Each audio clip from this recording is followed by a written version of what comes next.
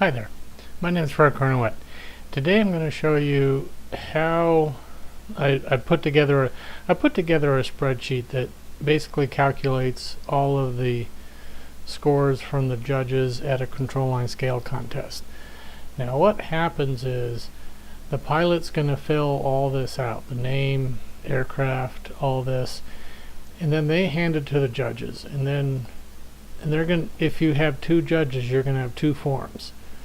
So you're going to get scores here, here, and here from two different judges, and you have to basically take those two scores, average them to get an average static score. Then when they fly, they're going to give maybe the same two judges or maybe different judges, but either way you end up with two score sheets with scores here, and here's the judge's initials. What that tells you which judge it was.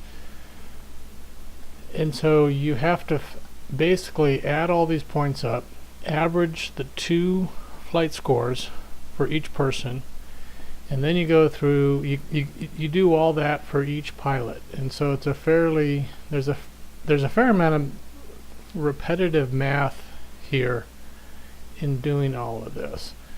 So to kind of make this a little bit easier, I put together this spreadsheet, and this is the master copy. So what you'd want to do is you do a save as,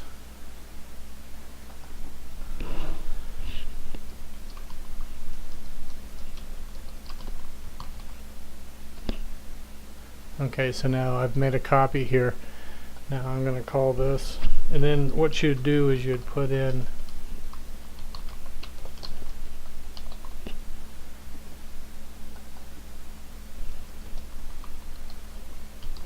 now you don't have to fill all this in,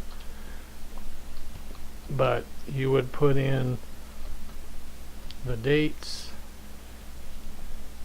you put in you put all the names and all this. This is for your record keeping, if you will. And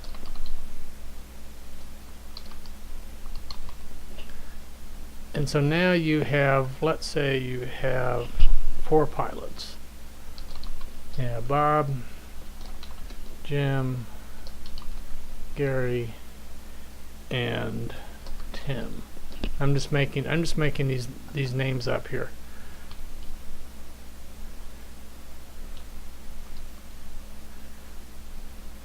When you put in the AMA number, and then this again is for your record keeping here. And also, what is also very helpful for whoever's put the airplane name that they flew. So let's say Bob flew a BF 109 and Jim flew an SNJ, and Gary flew a Van RV6, and Tim flew a Connie. Okay, so when you put all that in, and this is, let's say, sport scale. If you're doing team scale, check this. If you're doing profile scale, check this, because this is the same score sheet whether you're doing team, sport, or profile scale. Now this is also the one for 2 rounds. It's not the Nationals version. That's a completely different score sheet. Now what it did was it automatically transferred all of this here. Okay, so after you do your static, let's say, again I'm just kind of making numbers up here. So when you fill in these numbers, notice how it's automatically calculating this here. But what it's also going to do for you is it's going to say, okay, so now the average between 86 and 88 is 87. That's kind of that's easy math in your head. But notice over here it automatically populated the score here.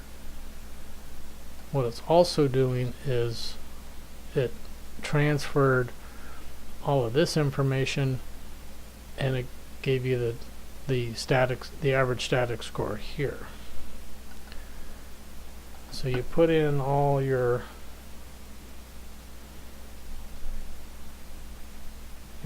static scores here. And again, I'm just kind of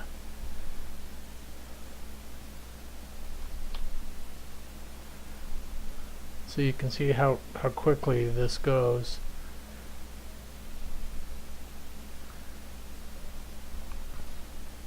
You can do this fairly fast. Now I'm kind of pulling numbers out of the air here.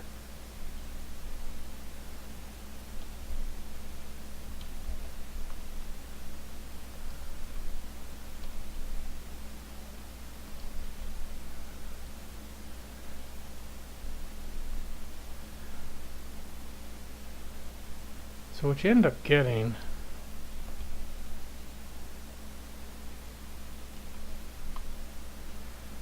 now, we're going to have this guy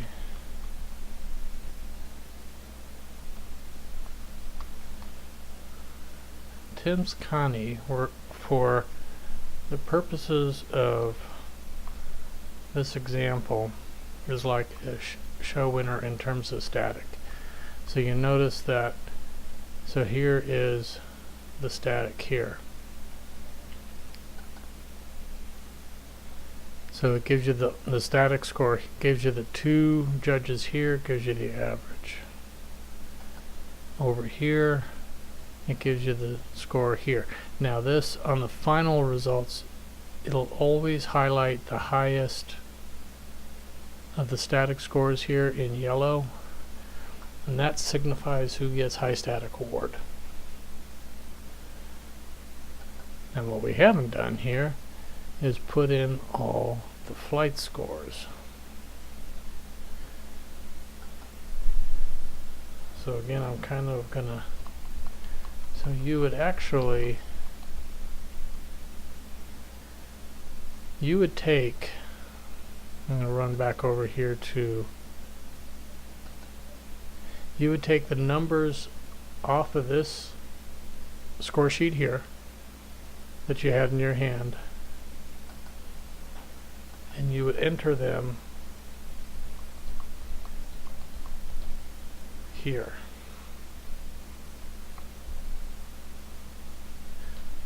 And again, it's going to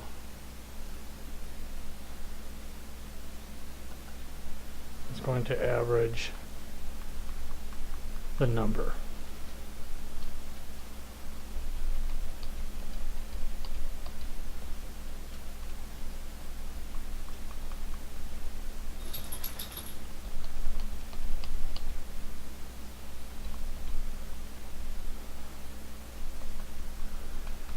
And unlike anything, a lot of the judges will be different.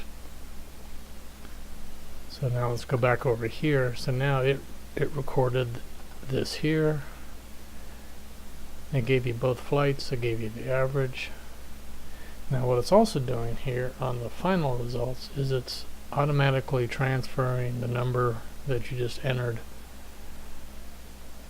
It transfers the flight score over here. It averages it. It gives you the total here. So now, because these other guys haven't flown yet, this guy's in first place, it automatically puts green for first, blue for second, orange for third place. Then it tells you who has high static. So let's go over to Tim.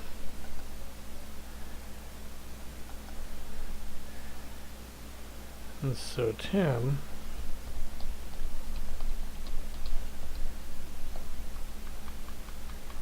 his first flight isn't that good. So if we come over here, he has a score of 70. Now notice that he's only flown once. if you only fly 2 rounds, you take the highest of the 2 flight scores. So you would take the 90.5, not the 81.5. So the 90.5 shows up here, and the 70 shows up here because he doesn't have a better flight score. So so now he improves. His second flight is better.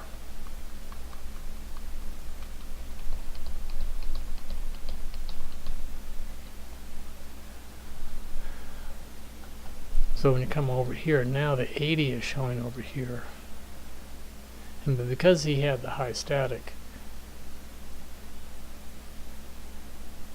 he beat this guy by like half a point. So you can see how the static can carry you.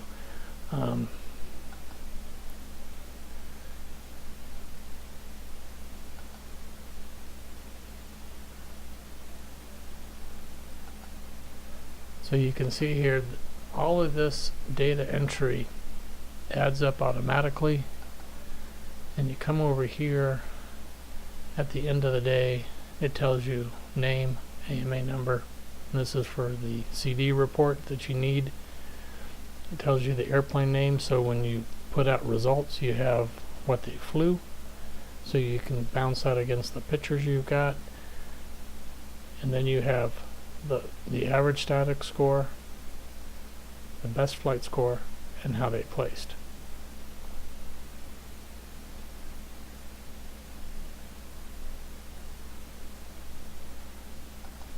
So you start here. Anything in green is stuff that you enter. So you enter the name, city, date, contest director, what event you're doing. You enter the pilot's name, AMA, aircraft type. You enter the raw scores off of the score sheet here. This is transferred and this is automatically calculated. You enter the data right off the score sheet here. And then everything in here is automatically done for you. So it tells you who took first, second, third, fourth, who took high static. Hope this helps. Bye.